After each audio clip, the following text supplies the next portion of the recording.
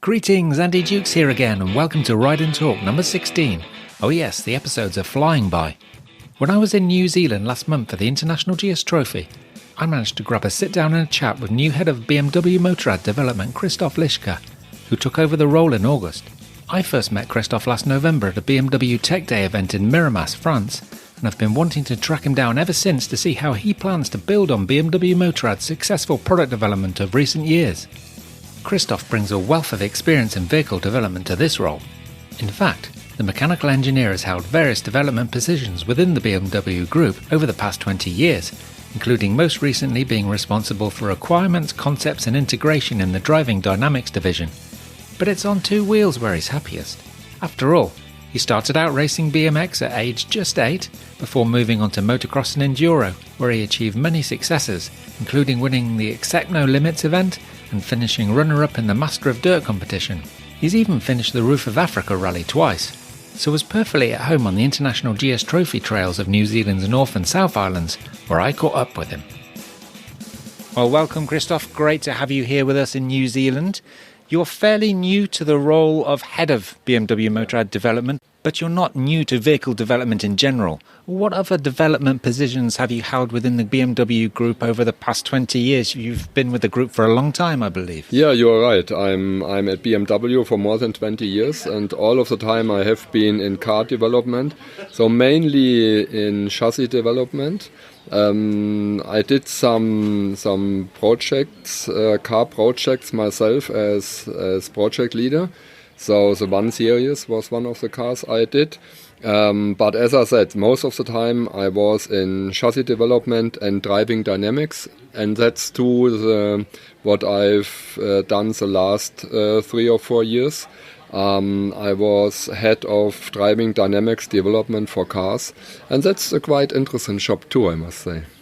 You've been a motorcyclist for most of your life. Ever since childhood you've had a passion for two wheels, and started at a very young age, I believe. I lived my life on 2 wheels in dirt, yeah, I must say.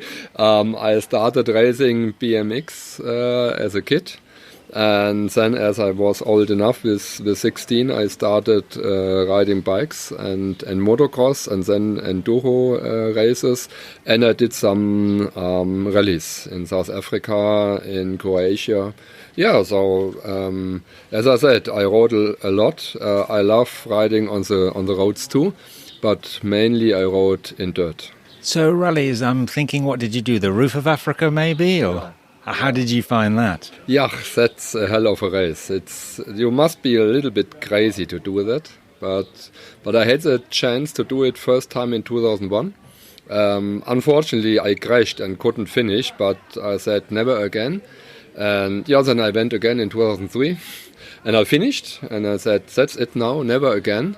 But I have a lot of friends in South Africa now, and they told me in 2018 to come again. So what can I say? I did it again and finished second time. But now I think it's enough. But let's see. So that was a considerable gap in between Roof of Africa rallies. Did you feel the wear and tear on your body in 2018 compared to 2002? Yeah. So it hurts every time you do that race. Really, you hurt yourself. But last time it took a long time to recover. It took me more than half a year. I broke a rib, so it was not so nice. But it's like it is. That's a race. It's like it is. And if you go there, you know what to expect. Absolutely. But yeah, we are not getting younger. So it hurts a little bit more. Is the rally still in Lesotho? Yeah. Still the same regulation. It's getting shorter and harder. Earlier times it was longer. You rode 400, 500 Ks a day. Now you only ride about 130, 150 Ks.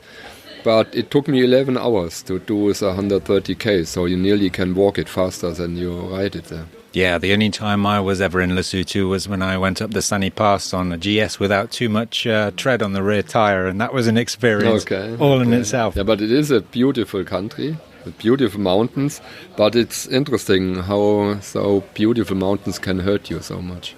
Yeah, well, there's always good to have contrast in your life. Absolutely. Yeah, I agree. Absolutely. So your latest role as head of BMW Motorrad development. Can you explain exactly what this involves, please? Yeah, of course. So as head of development, you have a lot of responsibility, I must say. And the bike world is changing too, like the car world. Yeah, we have connectivity, we have digitalization, we have e-mobility. So there is a lot to do for the future. The motorcycle world, as I said, will change, and we want to shape that change. So we have to look forward to the future, many years, 10 years, 15 years, and must assume what will come. So that's very interesting. But still, the bike world will stay emotional world and like it is now. So we have to keep what we have today, to keep our nice bikes, nice engines, especially the combustion engines of BMW are very cool, very nice, very good. So we have to keep that, and we have to shape the future and to develop new mobility. That's very interesting. Yeah, I mean, it's all about emotion, and it's great to see such emotion here at the GS Trophy. And it's interesting what you're saying also about the future, because successful product development requires you and your teams, of course, to live in the future a little bit, anticipating and creating our two-wheeled desires. How difficult is it, though, to move between the two worlds? Yeah, that's a good point. It's not so easy, to be honest, because sometimes you have issues or things to do right now with bikes which are in the market or come to the market now in some months. Like our great R18, we are in the final phase of development of that great bike.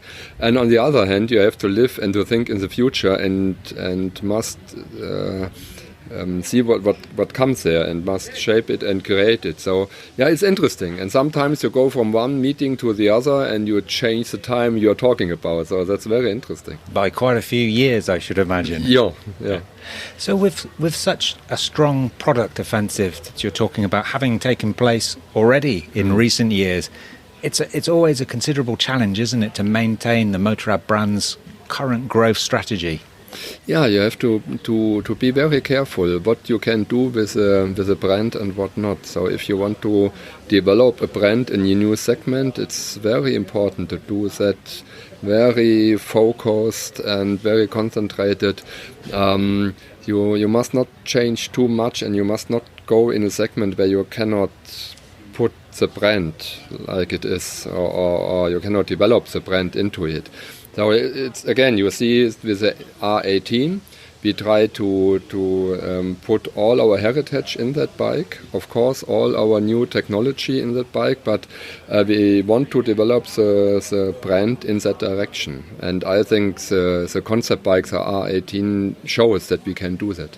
And it must be really exciting for yourself and your teams to be able to move into a completely new segment with the credibility, simply because of the heritage of the brand over the past 9, nearly 10 decades. Yeah, the brand has that heritage.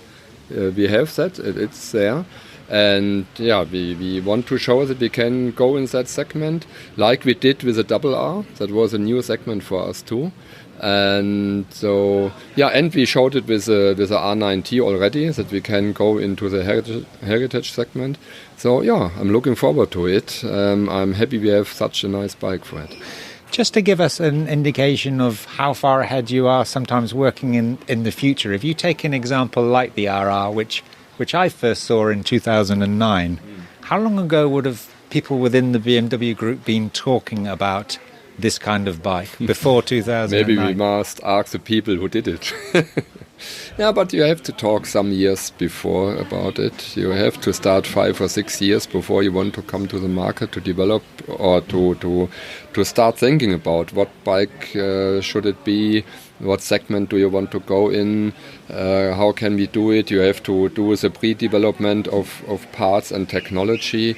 So at least 6-7 years before you want to be in the market, you have to start with it.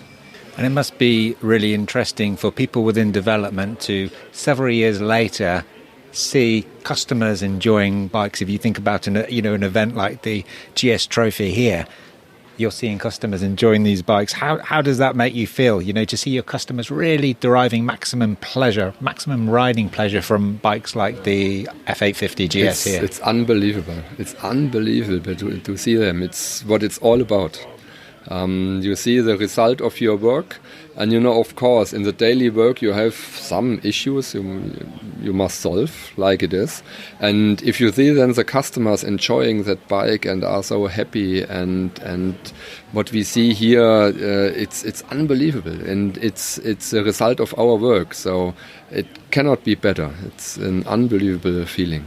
Yeah, you get the feeling that you're partly responsible for the joy that comes from the association. The joy is a result of our work, so it's amazing.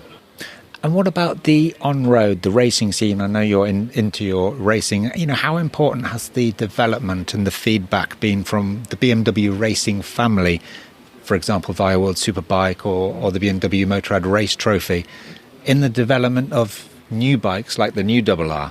Yeah, especially in the RR, it's very important, because the RR is like a race bike for the road, and you cannot develop a bike like that without being on the racetrack.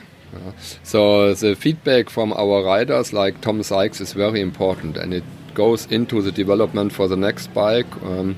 And yeah, as long because it is a race bike for the road, we have to get the feedback from our riders. And what about the team at Miramas, for example? How closely are you working with them in terms of development and endurance testing programs, load data, you know, for the confirmation of vehicle quality and validation? No, very, very no. We are in contact all the time, and we go to Miramas and test the bikes ourselves. It's very good. It's a big advantage to have an area like Miramas with all the tracks, and the off-road track we have there too, race tracks, and the infrastructure to work at the bikes and to get all that results. So we work very near together, and it's an extremely important place for us to test. And of course, because it all goes on behind closed doors and pretty much in secret, we don't hear too much about it. There's the annual BMW Tech Day where we're given some unique insights, but there's a lot more things that go on. So how many people and teams are working there towards the mechanical and the electrical and the functional validation, and which of course ultimately leads to customer satisfaction? There are a lot of people working in it, and riding the bikes and looking for the results. So yeah, it's very important. We have to ride them in all different conditions, in all customer use cases. So that's important. We want to know that the bike is okay and is good for the customer before we bring it to him. Now we're hearing some 850 GS trophy bikes going past at the moment, which sounds absolutely fantastic. The guys are having fun. They're having a lot of fun, yeah. And in the previous GS Trophy in Mongolia, I remember there was a special bike there that I think was being used for validation testing. It was being used before the trophy during the Marshall Scouting for testing lots of different types of load data. Would there be anything similar that's happened this year here at the GS Trophy? Yeah. No, we have no special bike here at the GS Trophy this year. We are concentrating completely on all the customers riding the bike. Around 140 riders. So this time we only concentrate to the event and to the customer. I found it really fascinating in Miramas to hear the stories of the different riders around the world who are using these bikes in many different riding situations, encountering all types of different load surfaces and different types of terrain, purely so that you can get the maximum amount of load data for the future development of bikes. It's important to know what the customers are doing with the bikes and to get the data, so we can develop the bikes fitting into the regions where we want to sell it. And a New Zealand or Australian customer has other use case than a German or English or Italian rider. So we want to learn everything about the riders all over the world and meet their requirements, and so it's very important to get the data. And moving forwards in your role, looking towards the near future, what would you say are your biggest challenges? That is the points I mentioned before. Connectivity and e-mobility and regulations all over the world are the biggest challenges, because the regulations, as you know, are not the same in the different countries, but they are getting sharper and sharper. So to meet all that is very difficult all over the world.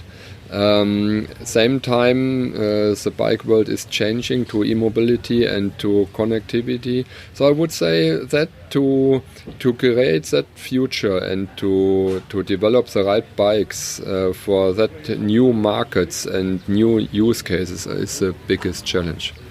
And electrification being obviously a very big part of your development strategy. Yeah. It is definitely already.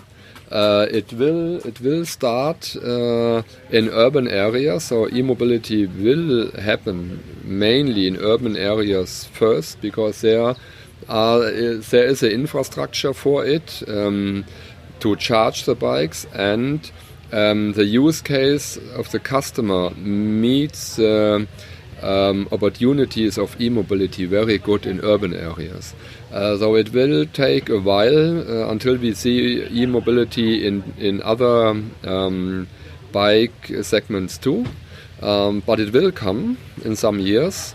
But we have to see when is the right time to start it. We need the right infrastructure to charge the bikes, and we need the right range that you really can ride a bike like a roadster, for example.